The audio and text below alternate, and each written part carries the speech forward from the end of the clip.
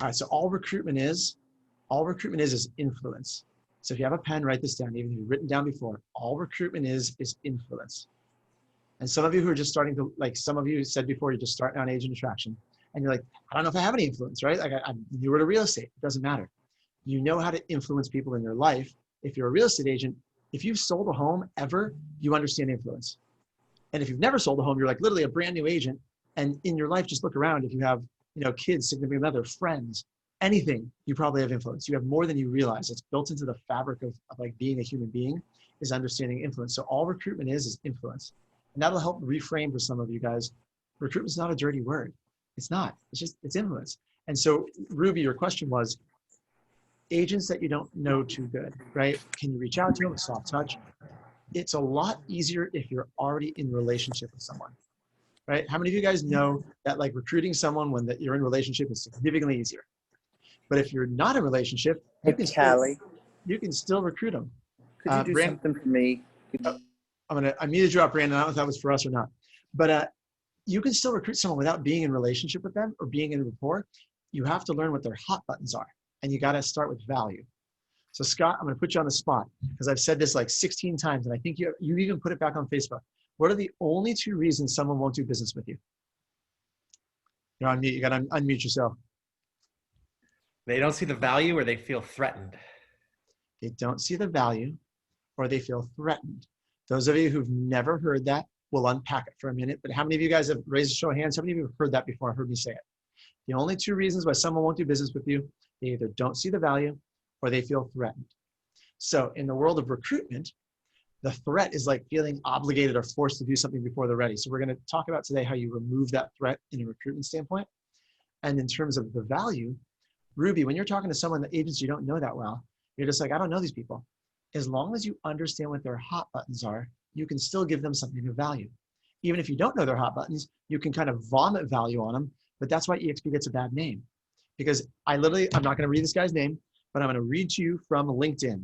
How many people get hit up on LinkedIn by various things on a regular basis? Like I get sold. I never use LinkedIn because all it is people selling me stuff. But now I'm like, all right, well, maybe we can actually use LinkedIn for building a team in San Diego. Let's try it. But I got this person, he emailed me, and I will not do a screen share because I don't have his name blocked out because it's going to be reported to EXP compliance. Like this is just so wrong the way he's doing it. I look at his profile, nothing about EXP on there, nothing. He's got this weird screenshot at the top that just looks I don't even know what it is. Anyway, he sends me a message a couple days ago. Jesse, I came across your profile today and would love to connect. I noticed we had a few mutual connections and it would be great to add you to my network. Vincent. Hi, Vincent. What do you do? Because I looked at his profile and I'm like, I have no idea what he does. I don't get it. I think he's a real estate agent, maybe. He sounds like he's trying to sell me something. Random agents don't want to connect with me like that. Like this, right? No one connects with you without trying to sell you something. So he says, thank you for connecting, Jesse. Would you say you're an open-minded person? Don't ever start a cold script to someone that way. It is so transparent, especially to someone who teaches scripts. When you say, are you open-minded? My first answer is, well, not to you, dude, because that is awkward at best, right? You can ask someone that question if you have rapport, but not if you don't know them. Okay, thank you for connecting, Jesse. Would you say you're an open-minded person? We are the fastest growing brokerage in history, and we're looking to expand. Now I know exactly who he's talking about because there's only one fastest growing brokerage in history, right? It's not any of the other companies, not gonna name their names. Like it's our company, it's EXP. We're the fastest growing brokerage in history and we're looking to expand. Even if you're totally happy at your present brokerage and would never leave, don't you think it's good business to know what's out there? Not a bad line, just a terrible line when delivered to a cold traffic person on LinkedIn.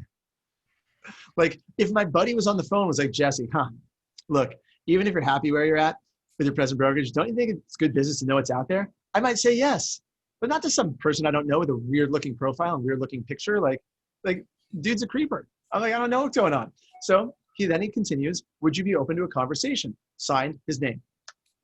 I said, I'm very open-minded. What brokerage are you with? Because I just wanted to say it, right? I'm just like, because if he just clicks on my profile, the very first thing it says is EXP Realty. Like at this point, when someone's engaging with you, don't you think you would click on their profile and see, oh, you're already with my company? I'm reading you this because it's illustrating what not to do. Are you guys getting this? Okay, do the opposite of this, right? Ruby says, I've been hit up numerous times. Yeah, LinkedIn's like the worst because people have like VAs that do this. I don't know. Anyway, and like I've experimented with people that could do VAs to help our team grow. EXP does have some rules, by the way, guys, is what you can do with hiring outside companies, whether it's for agent attraction or for a team. You can do things when trying to recruit to a sales team that you can't do with EXP. So review that stuff. But he says at the end, hello, Jesse. Thank you for the reply. I'm an expansion specialist with EXP Realty. I'm sure you've heard of EXP, but have you took a serious look at it to totally understand our business model? That is when I stopped and I screenshotted it and I sent it to compliance. Because I don't really want to get this guy in trouble. That's not my goal. My goal is that people stop pushing EXP on people in the wrong way and making it harder for the rest of us. Like the only thing that really, the rest of it was just in bad taste. The rest of it is just not going to work. But the thing that does anyone know what crossed the compliance line in that last paragraph? When you say he was an extreme specialist? That's it. I'm an expansion specialist with EXP Realty. He's implying that he works for EXP Corporate. None of you guys can imply that this is very clear in the documents from EXP Agent Attraction. I went back and reread them the other day. Never, ever, ever position yourself that you work for EXP Corporate. You are an agent, or in my case, I'm a broker associate, right? That's our technical term in California. If you're a broker, but your license is somewhere else, every state's got different stuff. Make it really clear, because EXP will come down on you. Like EXP is a 34,000 agent company traded on the NASDAQ. They are very careful about their corporate brand and image at this point. You can do what you want as an agent, but is it making sense, guys? Yeah, it'd be guys like that to mess it up for everybody. Yep. So don't do that. But some of the lines were okay. Some of the lines weren't terrible if they were delivered to a friend. So, and I'll read your comments here in a second, Chris, and let me see what you said. But just want you to know, Ruby, if you have someone you don't know, reach out to them, but make friends. This is what Brent Gove trains, right? Be a cool person. That's not how Brent says it. That's how I say it. Be a cool person. If you walked in, who wants to role play with me? Scott, you want to role play? Sure, let's go. All right, we'll do Scott, you'll role play, and then maybe Sarah, Liz, someone else will role play. We'll do 2 versions. Here we go. Scott, you're going to be the awkward version with me. This will be fun. So let's pretend we're at a dinner party. I don't know Scott. Scott doesn't know me. I'm going to walk in, and we're going to say, hey, Scott, I'm Jesse. How are you? Hey, Jesse. Doing good. How about you? Excellent. That's a nice white shirt you're wearing. By the way, I work for EXP Realty. Can I tell you it's the #1 company in the country? Did you know that, by the way? Oh, your shoes are excellent too. Yeah, your haircut is interesting, but I do lots of sales. I'm the #1 agent in my area. Can I tell you about myself? Dinner's ready. I'll be right back. And then you walk away. How are you feeling right now? Weird. Like if someone did that to you in real life, you would either walk away slowly, you'd inch yourself back, or I don't know what you would do. But people do this all the situation. Right? People Yeah. do this all the time in terms of when you're trying to pitch EXP, because it's not about pitching EXP. And Sarah, I know you got your kiddos running around behind you. I won't put you on the spot. That was pretty funny. I see like the hoverboard. Do you want to role play? Who wants to be the real way to do a cocktail party or a dinner party? Anybody? Who wants to role play with me? I'll be real nice, I promise. I'll do it again. All right, Scott, I'll do it again. So this is how I'd recommend you meet another human being in real life. Not about EXP. Ready? We just walk up to each other. Hey, Scott, how's it going, man? Good. How about you? Good. My friend John over there just said that you were one of the top agents in the area. Are you a real estate agent? Yeah, I am. Yeah, I've been one for 18 years. Wow. How'd you get, that's a long time. Did you always know you want to be a realtor? I kind of fell into it, actually. My old job was making me travel a lot, and they sent me to Buffalo in the winter, and I didn't want to go, so I ended up getting my real estate license and staying in Scottsdale. Dude, that's amazing. So you've done it 18 years. Do you like it? Oh, I love it. Yeah, it's awesome. Amazing. Oh, by the way, here, grab one of these chicken skewers. These are incredible. Here, try this. Yeah. So, did you? We're at a cocktail party. Remember, guys? All right, Yep. So what's your favorite part of being a real estate agent? I guess honestly, it's the money. The money. Yeah. But, tell me more. Like making lots of it. Like what? Like how so? Yeah. I mean, I think it's that my results and how hard I work, it directly shows up in my bank account. Whereas like when you have a regular job, you work 8 to 5, but you can work 60 hours a week at your other job and you don't necessarily make more money. But in real estate, the harder you work, the more you can make. Dude, I love it. So you're basically compensated for your own contribution. Like how hard you work shows up and it directly rewards you. Yeah. Interesting. Okay, pause right there. I would never transition to an actual EXP recruitment conversation right now because that's not my style. But for those of you that are Ds or really like going to break into the point, you really could transition right now from what he just said. Does anyone realize how that was an exact opening to talking about EXP?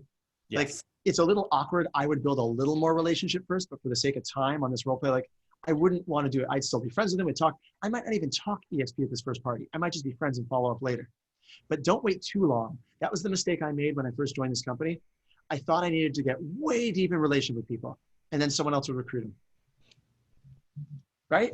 So with Scott, let's just say we talked for a little bit, and I go, and we become friends. And before I leave from that, like, I'm leaving the night. We made friends. We talked. Hey, dude, thank you for chatting. Earlier in the night, you made a comment. You said what you like about real estate was the fact that, really it's money, which I stuck in my mind, right? Because I like money too. But like you said, it's the fact that however hard you work in real estate, that's how you get rewarded. Is that how you said it? Exactly. Yeah. Okay. So I've been playing with an opportunity that is rocking my world, dude. And it's exactly what you're describing, right? Is literally they call it in the company, it's compensation for contribution. I am obsessed with this webinar. I would love to watch it with you and get your feedback and see if it's just something that fits in your world. You want to check it out with me? Yeah. What is it? So it's a real estate company called EXP. They're the fastest growing company in the history of real estate. It's literally shattering all records. Have you heard of EXP? I have, yeah. There's a couple of people out here that are in EXP. I actually don't like them though. Oh, you don't like the people? Or you don't like the company? I just don't like the way they're behaving in my market. They're kind of jackasses, to be really honest. Yeah, and you said, yeah, I have a joke, and this isn't about EXP agents. This is about agents in general. If there was ever a nuclear war, like literally total destruction, everything just like destroyed, the only thing that would be left would be cockroaches and real estate agents. And like I get it. So but at any company, you get people that are good, people that are bad. EXP's agents are all very entrepreneurial and are all very different. And has anyone like sat you down and like really sat you down and broken down the model for you? No, not really. Okay. No. So with zero pressure from me, knowing that you probably don't want to be associated with these knuckleheads, I get that. You have no reason to be associated with them. Let's just at least sit down and explore it. I want to get your feedback on this webinar, and you can tell me, like, I literally watch this thing like once a day. I just want to see. I just thought it kind of sounded like fun to watch with you. Does it sound like fun to watch with me? Yeah, let's take a look. Sure. Let's do it, dude. What's your schedule like? Let's see. Right now it's Thursday at noon. I don't know why we're having a dinner party Thursday at noon, but cool. We're having a dinner party Thursday at noon. I'm free. You want to do something like tonight? Tomorrow morning? What's best for you? Tomorrow morning works. All right, cool. Want to do like, I'm an early morning guy. I got up at like 4. You want to do like before work, like 7 a.m. or more like 8, 9 o'clock? Yeah, like 7:15 could work. Love it. What happens at 7:15? It's very specific. I get out of the gym at 7, and I just want to make sure that I can be ready by 7:15. Awesome. All right, so you'll be there at 7:15. So we're going to jump on Zoom. I'll do a screen share. It's going to be way better to do it from a laptop or a computer so you can see everything on the screen. Will you be back from the gym to a computer by 7:15? Yep. Yeah. Okay. Don't bother showering. I can't smell you over Zoom. But do you get like coffee, breakfast, beverage? Bring something of your choice because I want your blood sugar high. And put your phone in airplane mode. I'll talk to you tomorrow morning at 7:15. Sounds good. Look forward to it, Jesse. Yeah, dude. Have a good day. All right. That's pretty real. And you could do that with someone you just met at a party. Renee's nodding her head. Nate's nodding his head. Like there was moments of that. I'll go back and listen to that recording. I'll critique myself, right? Because I'm doing this in front of a bunch of people and I'm trying to do it right. And I have to remember, don't do it right. Just do it the way you do it. But like, could you guys all see yourself doing that? Yes. Isn't that easy? It's just a conversation. But I knew how to get to his emotional hot buttons, learn what's important to him. I could do it in a single conversation. I could do it over the course of 3 or 4. Doesn't matter. I removed the threat, right? He was honest with me. He's like, dude, there's some lame people. That joke I told about the cockroaches, I wouldn't actually ever tell that in the real world. I put that in there because I used to use it with expireds. Anyone ever call expireds? It is the best joke for expireds because it's a pattern interrupt. You guys know what a pattern interrupt is? You don't really need a pattern interrupt when you're doing a cocktail party. I threw it in case you just wanted some additional language to use. But when you do that with an expired, they might think you're the weirdest person ever, but they're not going to hang up on you, right? You're like, can I tell you something? Can I tell you a joke? I got a theory about nuclear war. They're like, okay, right? You just want to get their attention. In a cocktail party, I've already got his attention. That joke is not that funny. It's just not. Like I would like to be yourself. Figure out if you're like I'm dorky. I got a weird sense of humor, so I'm gonna go with it. Like be the best version of you. If you're like a really like very, if you talk like this and this is how we're going to talk this evening, then just be cool and smooth. That's not me. I'm not like I'm gonna be weird because I'm weird. Like just do you. All right. Yes. Questions on the role play. Go for it, Megan. I was just gonna. Sorry, so I'm just literally creeping in my window when I'm talking to you guys. Weird. That's crazy. I was just gonna say, like, that I think what happens with like those stuff, because it is such a basic conversation, right? Like, we get caught up in what is the other agent going to say. So I think we just like a friendly reminder, like let go of that outcome, because like the likelihood of someone switching at a cocktail party or out at a networking event is so low that, you know, you just let go of that outcome and just like look, like you said, like to build a relationship and to continue the conversation. That's exactly right. So write this down. Megan just quoted from a coach that I love named John Cheplack. Anyone ever heard of John Cheplack? Probably one of the best recruitment coaches I've around. I coached with him for a while. He's a fantastic coach for recruitment. I mean, for a lot of stuff, but specifically recruitment, I don't know many other people that coach at this higher level. And what he said was, be attached to the process, detached from the outcome. Be attached to the process, detached from the outcome. And we'll want to explain. Michael Hammer's nodding his head. You've heard Shep speak a few times. What does that mean for you, Mike? Yeah, I mean, it applies to anything. It applies to I'm not muted. It applies to sales. So be attached to, you know, your system, your action items, and it's a numbers game. So. Dude, I love it. And by the way, I did sponsor Michael at this company. So this call is for everyone in any organization. I've heard people now messaging me from other organizations like, dude, your calls are great. I'm like, cool. I want every agent at EXP to be able to build their own passive income stream and to talk about this company in a way that lights people up, not shuts them down. Like, this is good for all of us. But I am happy when I see like people like, yeah, Michael's here, right? Craig's here, done. I'm excited. I'm like, you guys are getting on these calls. Cool. It used to be me, myself, by myself. That was lonely. And I had really weird conversations with myself. It's much better with you guys. All right, so be attached to the process, detached from the outcome. And do you know what everyone's thinking? I did this experiment the other day. We do this thing called Agent Power Huddle. I know a few of you get on Agent Power Huddle. It's 8 a.m. in California, right? 11 o'clock in the East Coast, agentpowerhuddle.com. It's not about recruitment. It's about selling houses. Every day of the week, I actually take my team from San Diego. We get on that huddle, and like, that's my team huddle now. I do Tuesdays. Krista Mayshore does Wednesdays. We're going to start an East Coast one at some point. You East Coasters, we really are planning to roll out one that'll be 8 a.m. East Coast time. Just haven't had the bandwidth to start it yet. So those of you who want to be leaders on that, let me know. Ruby says she loves starting a day with Agent Power Huddle. Yeah, I love it. So here's what I found.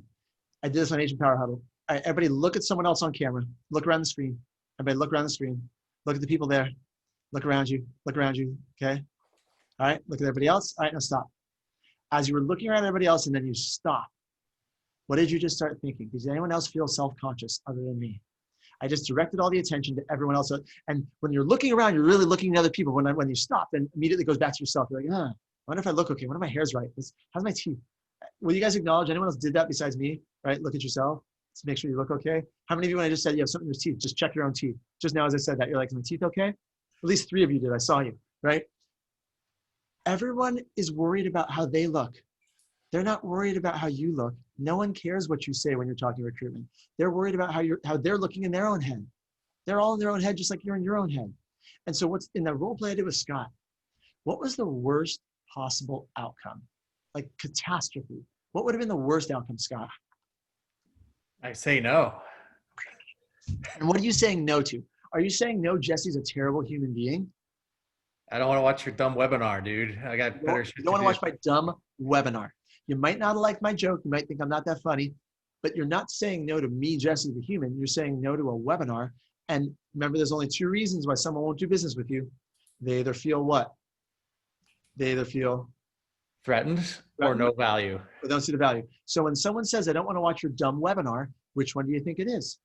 Scott, do you want, like role play with me? Scott, you want to watch my dumb webinar? No, I don't want to watch your dumb webinar. Okay. What do you think? Does he feel threatened or does he not see the value? No value. No value, because I called it a dumb webinar. Now I'm going to say, Scott, dude, I got this thing I'm obsessed with. It's going to change your life. Like literally, if you watch this, like riches will pour from the sky. You'll never want for anything again. Your life will be amazing.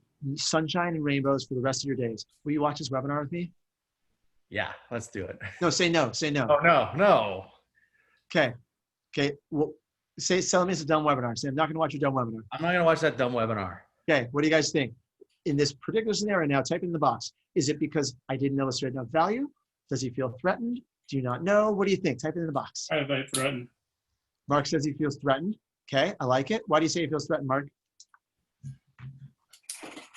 That's a good question. I'm thinking he's feeling threatened, but why would he be threatened? Because it's too much stuff you're talking about, rainbows and everything else. Then I Maybe. might have to change. If it's that great, then I'm going to have to make a move, right? Who knows? There's no right or wrong answer. I just want you guys thinking through this, because in that scenario, there will be no way to know the right answer. Nate Jones said value. It could be because when you say value, he didn't believe my rainbows, right, Nate? Why did you say value? Yeah, he still didn't see there was any value. Right. So either Scott doesn't like rainbows. Sorry, Scott. I don't know why you don't like sunshine, rainbows, and money. Scott's like, I hate money. I want clouds. I want to be poor in the rain. Poor in the rain for the rest of my life. Okay. And Ruby, I'll come to you in a sec. I see your hand raised. So, but maybe it was the fact that it sounded so ridiculous what I was describing that he didn't believe it. Therefore, there was no value. What Mark is talking about in terms of threatened is like, I'm going to make him change his brokerage, which is hard, and he doesn't want to do that. Like, so you got to remove threat, add value. Remove threat, add value. Ruby, go for it. Oh, did you have something? No? Sorry about that. I didn't mean to raise my hand. Oh, no worries. All right, cool.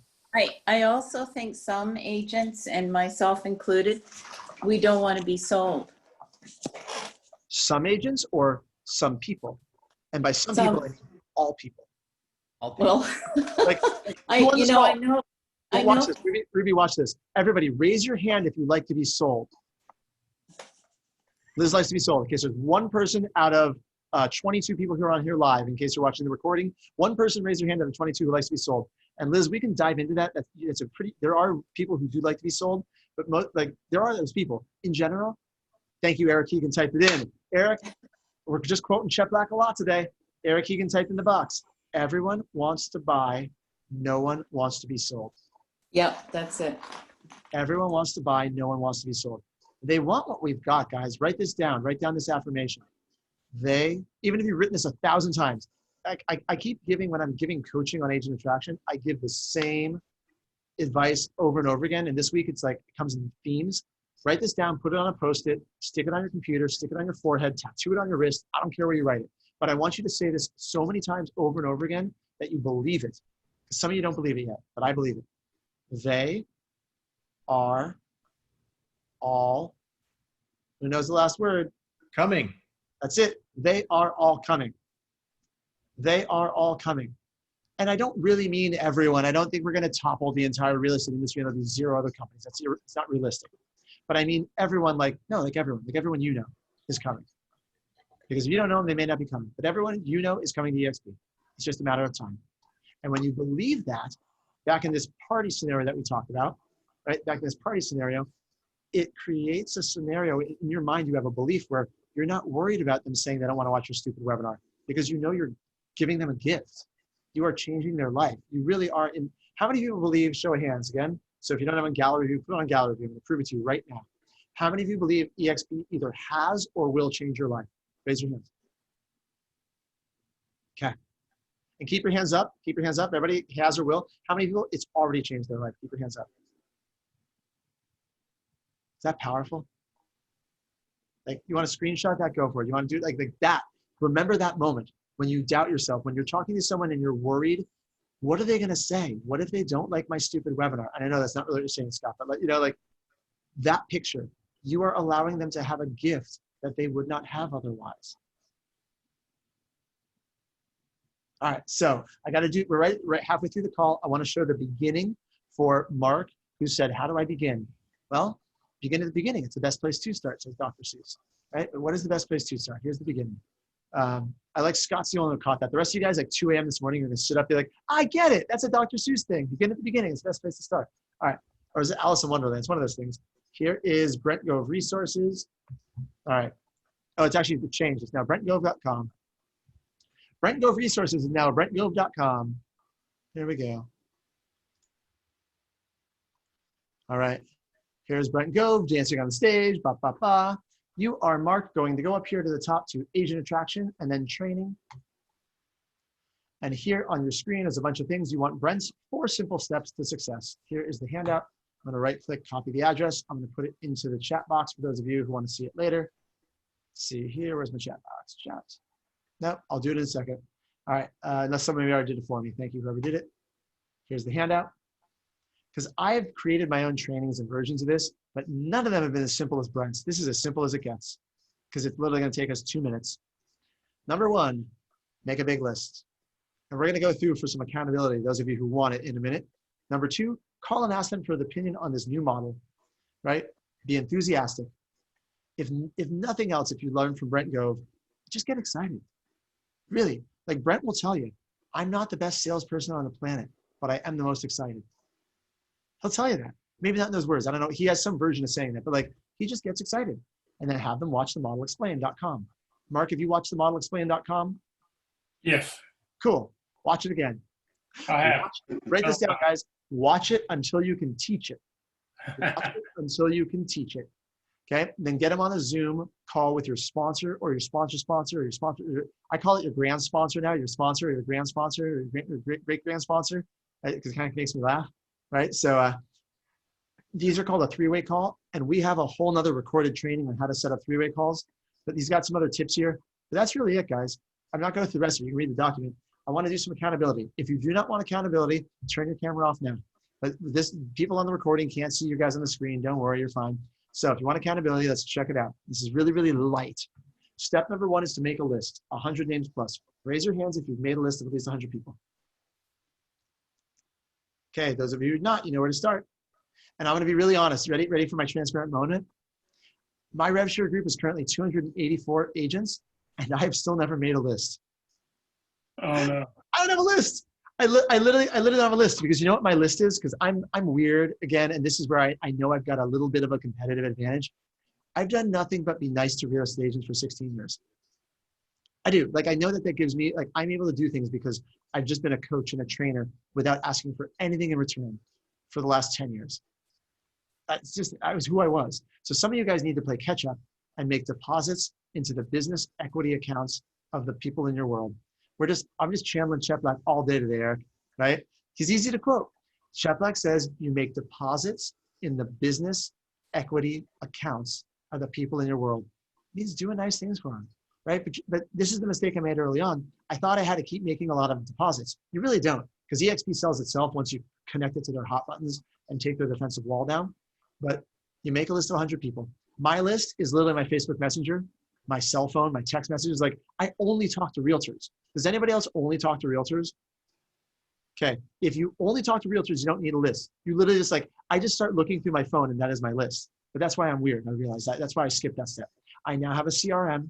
I'm putting people into it. I have 4 people in it. I'm very excited. And one of them I had a follow-up scheduled for yesterday and I dropped the ball and forgot to follow up with them. So clearly it's not a good system for me. But anyway, we'll figure that out. Maybe someone will help me work those people, right? Someone is on my front line or my RevShare group. Let me know. We can start to do this because I got leads. I'm paying for a lead source that I'm not even using right now. They're like, we want to talk about switching. Send them my way. All right, sounds good. Hit me up after. I'm serious, Craig. All right. Number 2, call them and ask for opinion on the new model. So those of you with a list, how many of you are calling people and asking for their opinion on the new model? Anybody?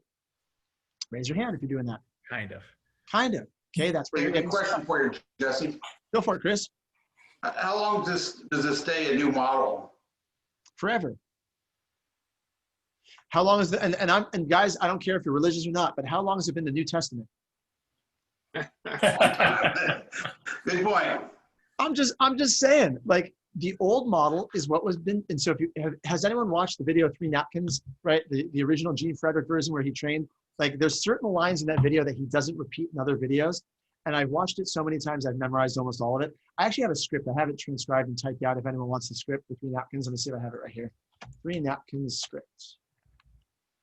3 Napkins scripts. The legend Gene Frederick, 3 Napkin doc. Yeah. Here we go. Check this out, guys. I'll send you a link if you want this. I literally sent it to a VA and had him transcribe it. Like I have the whole script. I was obsessed, bro. I get obsessed with things. I was obsessed with this.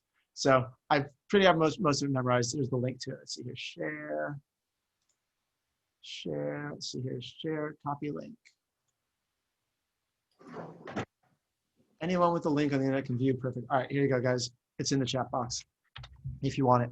So there's a line in 3 Napkins where he talks about the history of real estate brokerages. Does anyone know the year Coldwell Banker was founded? Type in the box. 1905 or 1906? Yeah, I don't know. I only know Gene Frederick's date, which is 1908. So I've never fact checked him. All of my facts come. Derek Keegan knows it, right? Because he's seen this the same as me.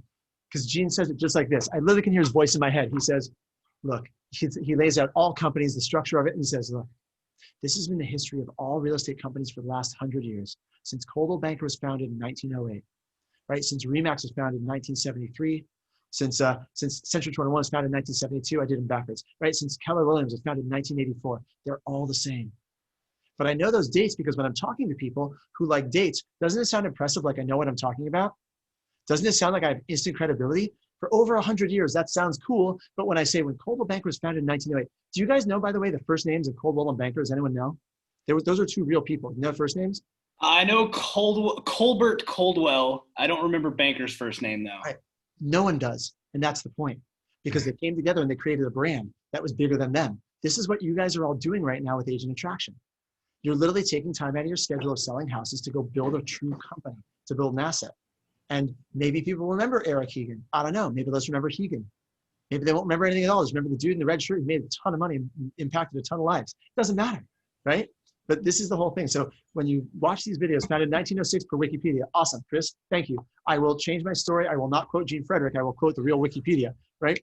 But you can say for over 100 years, Coldwell Banker was founded in 1906. Is this helpful, guys? Do you like this? Yeah. All right, Yeah. cool. So I'm going to open it up to questions. Let's make sure we hit everything else on the agenda. Where's my document here? Momentum. Can we talk momentum before, unless anyone has burning questions, I want to talk momentum. And I want to talk when agents want to come, but they talk to their broker and things slow down, right? Megan had asked that question, like, and this ties to momentum. Can we talk about that for a few minutes? And this is where we'll open it up to you guys. If you have things you're doing that work, there's no right way. So I want you guys to share your best practices. Here's what I do. Momentum is all that matters. And I've got a few like golden rules in recruitment that I've kind of developed. And like I say all the time, listening is all that matters, right? But really momentum is also another thing that matters. How many of you, when you came to this company, took more than a month to decide to come to EXP? Raise your hand. I did, I took 9 months. How many of you took less than a month? Okay, I almost guarantee that there is something about the way Michael, Eric, Chris, and Brad, who all raised their hand that became less than a month, something about the way this was positioned to you and presented to you, and something about where you were in your mindset was different than the rest of us. We either were, for me, I was too closed off. It was ego, right? It was, I got in my own way. It was shoved down my throat. It was presented in a very bad way that I used to play in punk rock bands when I was 14.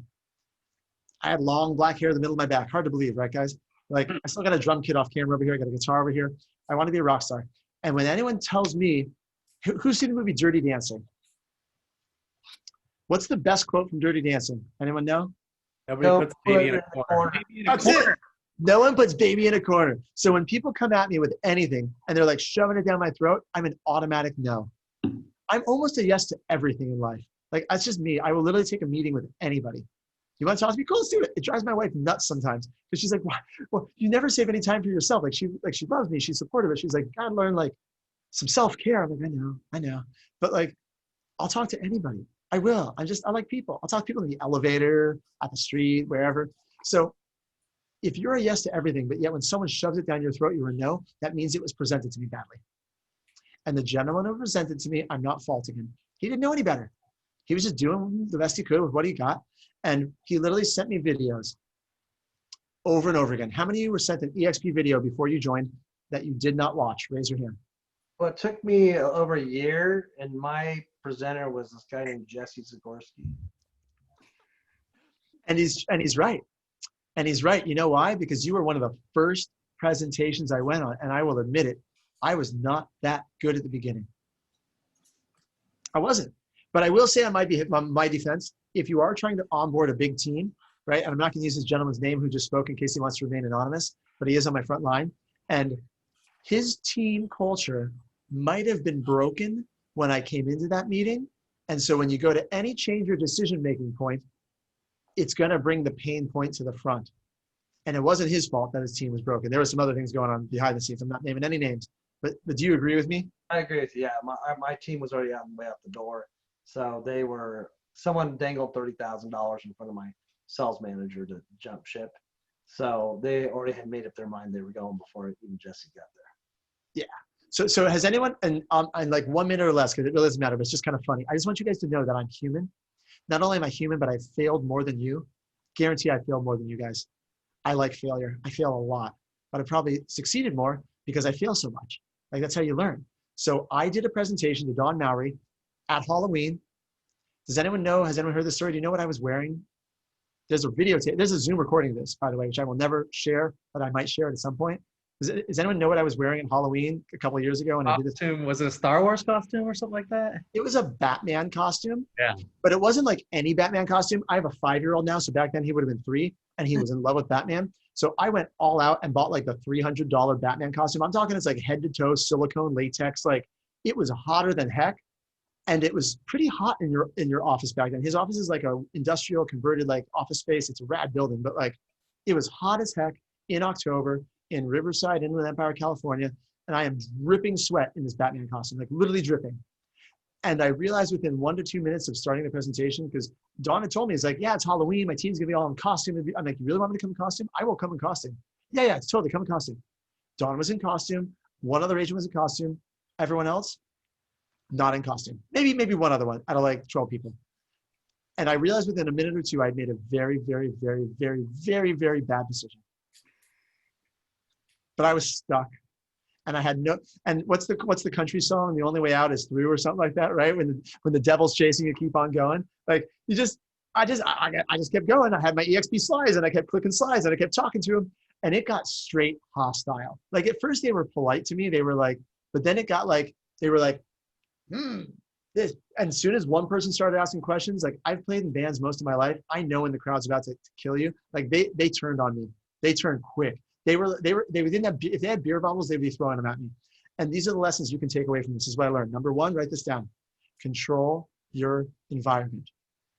Control your environment. If you are presenting EXP to multiple people, make sure you understand the response they're going to have before you open it up to questions. Because they went bad, man. I should not ask for questions. I didn't even ask. They just started asking me. And what I didn't know, Dawn, do you remember this? Dawn, do you remember that you had told them a couple weeks earlier that you were leaving Remax and going independent? Do you remember that? Yeah. We were basically on the way out of Remax and making a decision. I was trying to get out of Remax. They would not let me out of my contract. We were trying to get out of Remax, and we were trying to get. It was October 2018, and we wanted to go to EXP. And I wanted to pitch EXP to them. They weren't buying it, and then I had to pay Remax. I had to write them a check to go away. Right, but in between Remax and EXP, because your agents told me this later, as I did like a post-mortem and I tried to figure it out. And this is a lesson for you guys trying to bring on teams, okay? You don't know what you don't know. Don's like, we're good to go. People are excited. Let's do EXP until we get there. A couple weeks before they were at Remax. Then Don said, we're going to go independent. And when we're going to go independent, they knew they were going to save money. That's all these agents cared about was in their pocket. They were going to pay Remax less. And then I came in and said, you're going to pay more money. You're going to have an $8,000 cap as a team agent. Do you see now why I was setting myself up without knowing that like, it wasn't really my, like I take ownership of it. It's my fault for not knowing, but truly like, it was going to be bad. And they were already out the door because someone was dangling money in front of them. Like it was going to be bad news bears no matter what. And there I was in a Batman costume. But he did present it, and it did plant a seed in my brain. And that seed took a little bit, again, like we talk about recruiting, and I had pride too. I had my own escrow division. I made $150,000 in escrow that year.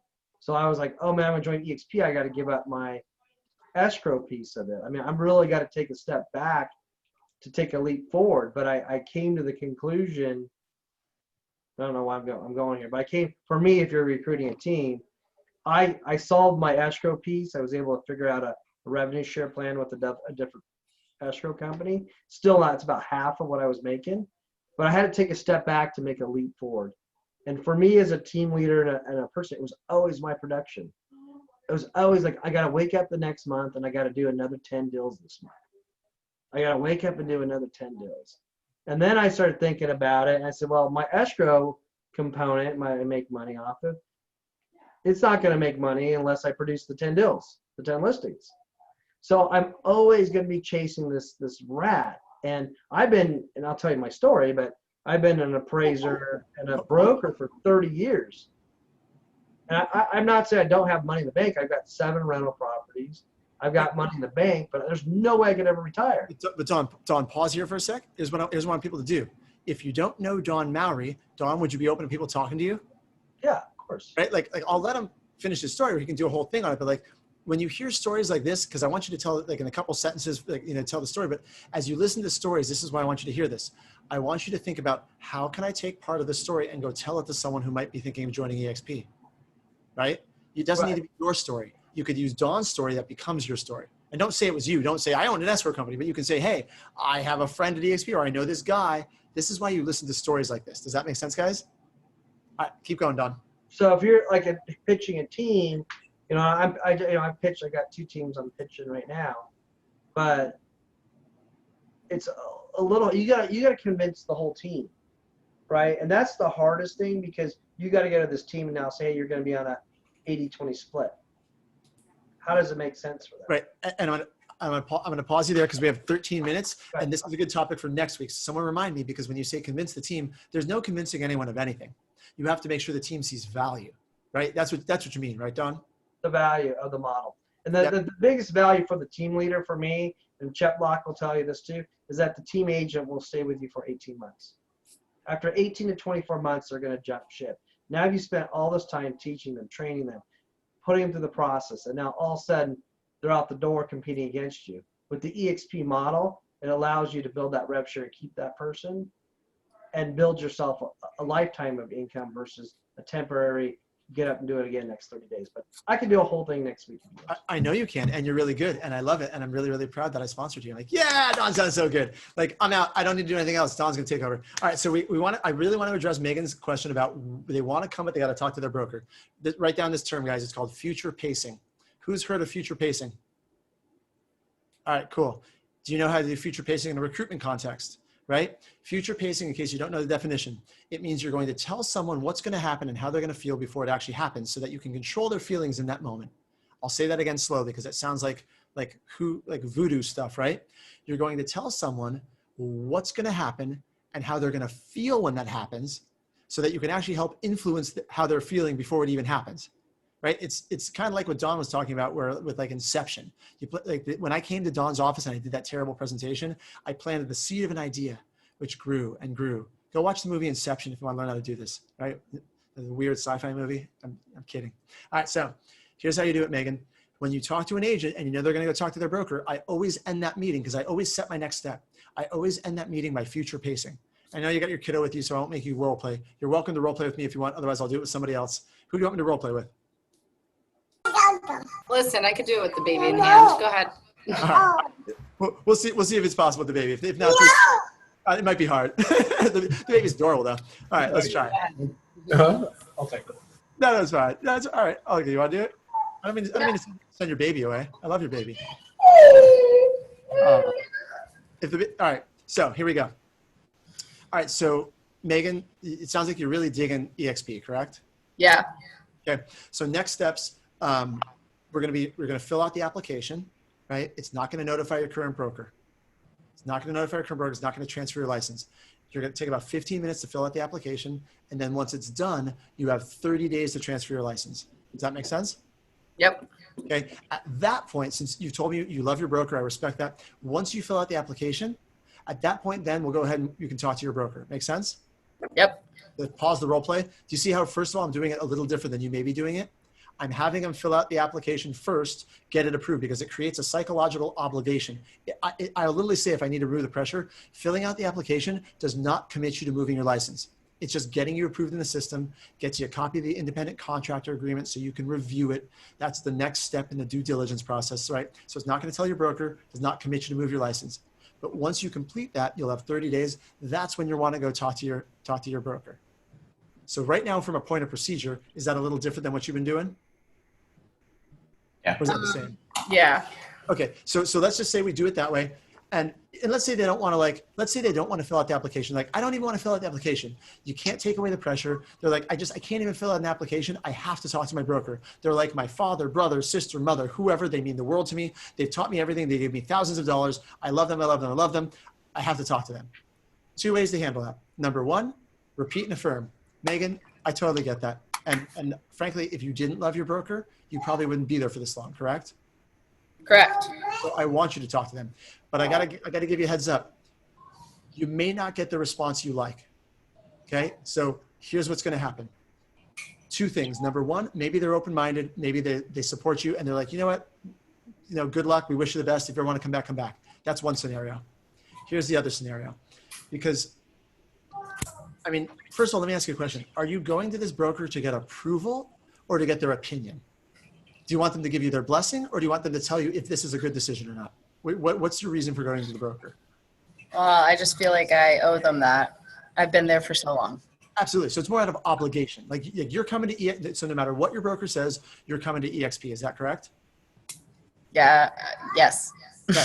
And it doesn't matter what she says. I'm going to go. It's like a decision tree. I'm isolating the objection right now. Right. It doesn't matter what your broker says. You're coming to. If she says no, I want my broker's opinion. I'm going to go a different way. But because she said yes, you're coming no matter what. Okay. So here's the deal. They may be really supportive. They may be amazing. Some brokers are. What I find though is that I don't want to see you get into an awkward situation and feel really uncomfortable. Because if you're coming no matter what, some brokers have a hard time letting go, especially if a rock star like you. Like you're a really good agent, and I guarantee you, you're not going to break their heart because if they've been a broker for any amount of time, agents come and go. This is normal for them. But it might be awkward for them, and they might not want to let you go easily. So let's put it this way: if you were going to buy a car, like what brand of car do you drive? Tesla. Tesla, love it. When you went to go buy your Tesla, did you go to the Ford dealer and ask them what they thought about the Tesla? No. No? I mean, and if you did, you're still doing good research, but like you think the Ford dealer might be biased as to like what they think of the Tesla? Yeah, I guess when you put it like that. Right. So like, what's the chance of your broker giving you an honest opinion of this model? Really low. Right. So when you go to your broker, you're welcome to go and ask for their opinion, but you're setting yourself up to be in a really awkward place that if you're coming no matter what, and they say that's a terrible, terrible thing to do, now you're stuck because now you got to disregard this person. Whereas really, and I don't know, in this model, is your broker, is it a franchise model? Are they an independent broker? Who's your broker? An independent. Independent. I love it. Do you know if they're profitable by any chance? Probably not. And just so you know, out of 11, so I have a buddy who runs the independent broker network.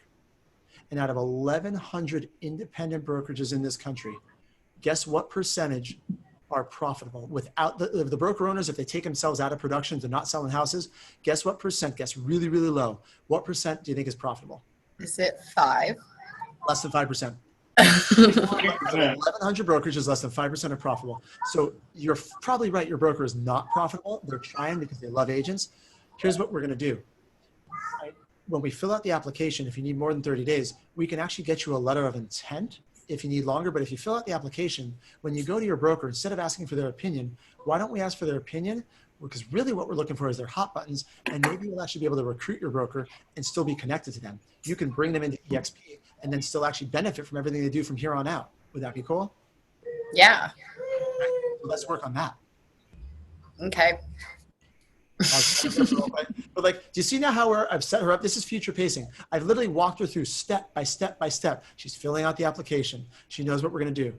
Let's go back. We got 5 minutes. Let's go back and this time tell me. I have a question before you move on, because that was really good to go over, but I was more so meaning like that point after they walk out the door and like you're following up with them, but then you feel like I have someone right now that was like, yes, I'm excited. I'm coming. I talked to my broker. I'm coming.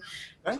And like, it's been a week and there's no license change. And did you like, I don't want to be like, hey, it's me again. Yeah. I totally get that. Did you set the next step with them? I don't think so. So obviously not effectively. Right. So write this down. Everybody write this down. Always set the next step. Always set. This is how I train with buyers and sellers, guys. It's no difference. Buyers, sellers, or recruiting an agent. Always set the next step. Never get the chance. Like if someone says, "I'm in," watch Megan. You be this person. So give me where you're at. Say like, "I'm in. I'm all excited."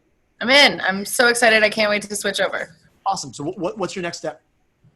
I'm gonna go home, fill out the application, and check out the ICA. Awesome. I love it. All right. So you're going to go home today and fill out the Application? Yes. All right. Send me a screenshot when you're done. I want to celebrate. I want to be excited. Cool. So I'll text it. You'll text it by tomorrow? Yes. All right. I love it. Have fun. And then what happens when they don't? Well, then at least then you follow up, right? Okay. So the next day, hey, okay, I got 4 minutes. Let me read you real things I've said to people. Hold on. Let me pull up my messages to this guy. I've literally had this lately. Hold on. Was it text or, no, it's a text message. Hold on. And I'm not going to put it on the screen because I haven't taken away his information. And he's already joined, so I know it's good. Let's see here. See you on Zoom. He sent me a video, wrong video, blah, blah, blah. Hey, blank, just wanted to see if you got your letter of intent submitted. So he told me the day before he was going to submit his letter of intent. Everybody know what a letter of intent is? It's like a 90-day transfer period instead of a 30-day. It allows people to start recruiting immediately without actually transferring their license, but they don't get paid on those people until they move their license. So it's like a baby step. And it's good for broker owners, big team leaders. So, hey, blank, just wanted to see if you got your letter of intent submitted. If you need any help, Autumn is around. Autumn is the person in my back office, helps with recruitment. I already connected into Autumn. No pressure, just checking things off my list before I put my phone away for Friday night. Anything you need, question mark? I ended with a question. I'll like take this guy's name off so I could like show you guys later screenshots of what it looks like. It's a nicely formatted text sent Friday at 3:52 p.m. He replied Friday at 5 o'clock. I was showing homes for the past 2 days. I will get to it tonight. Cool. Rock on. Go sell something, smiley face is what I said. Then he said, trying, I just missed a $2 million lead. Dang it. I said, oh man. Then on Saturday morning, I said, hey, so did you find any more $2 million leads, LOL? I really wasn't asking about the $2 million leads. I wanted to know if he submitted his LOI because I knew he hadn't. But I didn't want to be a dirtbag and be like, so did you send it yet? Send it yet? So I was being friendly. And plus I was curious, like $2 million leads are cool. So did you find any more $2 million homes leads, LOL? He said, showing homes now. No, I missed that lead. Can't get them all. I said, you can't, but I can help you with automated lead follow-up, smiley face, because I'm good at that. I'm offering value. He's already into EXP and I'm still just giving more value, giving more value. I said, he gave me a thumbs up. I said, we'll put that on the list to discuss. He said, then Sunday, 12:50. Ready, Megan? LOI complete. Boom. So from Friday to Sunday, pleasantly persistent, not talking about EXP, not talking about the LOI, because he knows what I want. He knows that I'm trying to like get him to do this. I'm just staying in front of him. It's about reminding him and being there. So guys, we got 1 minute. Does that answer your question, Megan? Yes, thank you. That ties into momentum. That's how you keep them in momentum. Always set a next step, very clear. And sometimes I'm not that directive. Like if they say they're gonna do it, I'll give people the benefit of the doubt. Go do it, right? But like Eric said, I started filling out the application LCI with them via Zoom. Absolutely. Eric says he started filling them out on Zoom. I love that. But make sure that they're the one typing in the boxes for the app and the ICA, because you got to type in your credit card number. Like I'll do it with them on Zoom, but like make sure they're the ones typing it because they got to type their name in the box. And when everyone never come back to you and be like, I didn't fill it out. So like, but that's what Dan Beer said. That's what I learned from Dan Beer. He said, when they say they're ready, you say, awesome, let's fill out the app. Like, what do you mean? Like now? Like, yeah, yes, now, right? Let's pull it up on the computer. You jump it on yours, go to join.exprealty.com, type it in. You share your screen. I'll watch you type. Like he literally does it in the moment. Because when is someone the most excited? Here's how we'll end. When is someone the most excited? When they close. Now. Now, in the moment of decision. You're only ever less excited. When you guys went to buy a car, you were only ever excited when you decided to buy it and you got less excited as you went. It's just like that, guys.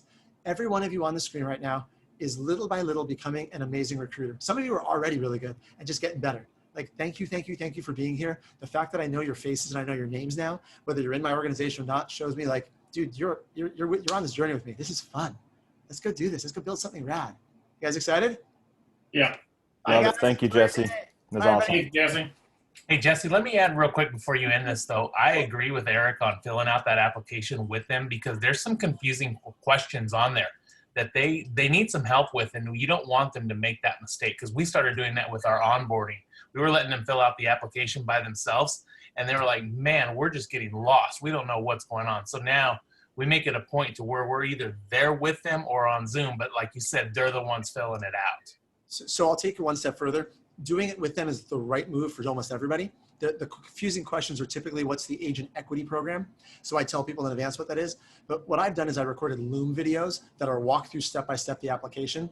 So the ones I've recorded right now are specific for someone in my organization, but I can make them general for all you guys that anyone can use it. I recommend though you record your own, because then they keep bonding with you and seeing your face, but you're welcome to use mine.